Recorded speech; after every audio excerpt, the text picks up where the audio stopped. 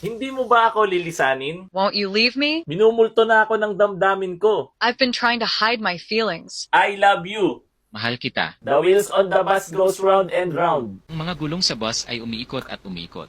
Guys, kung kailangan nyo nga pala ng instant translator, ito ang kailangan nyo. Ito nga pala ang ating Eraser XT66 Pro earbuds. Ang earbuds na to ay kayang mag-translate ng up to 135 languages from around the world. Napakadali lang gamitin na to guys. Pag natin patagalin, una mag-download kayo ng Samey app natin and i-pair nyo lang yung ating earbuds via Bluetooth and ito, papakita ko sa inyo kung paano ginagamit. Ay guys, pag na-pair nyo itong ating Eraser XT66 Pro dito sa ating Samey app, makikita nyo yung kanya mga features dyan guys. Meron siya nung AI chat mode, merong free talk mode, merong translation machine mode, and meron yung headphones plus phone mode and photo translation guys. Ang pinakamagagamit natin talaga dito guys is itong ating free talk mode. Yan yung pinapakita ko sa inyo kanina. Press nyo lang yan and so ang una nyo gagawin guys, pag dito na kayo sa page na to, pindutin nyo yung mga languages. Yan, sinet ko sa Filipino, tapos yan, iset nyo naman itong isa, bahala kayo kung ano. Sa English muna tayo para madali natin maintindihan. Tapos pindutin nyo lang tong click and speak. Pag napindot nyo na yan, automatic na yan guys. Pag may narinig siyang na-detect niya yung language sa Filipino, itatranslate yan sa English. Pag na-detect naman niya English, itatranslate na pabalik sa Filipino. So ayan, pakinggan natin guys ha. Try natin, click and speak lang. Kumusta kaibigan?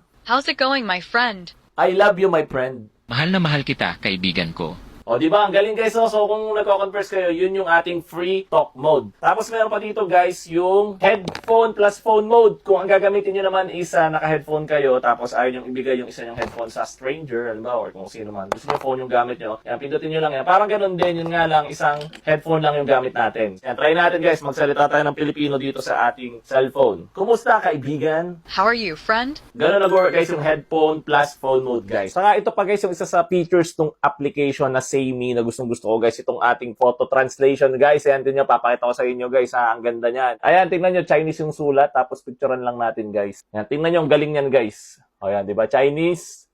O, di ba?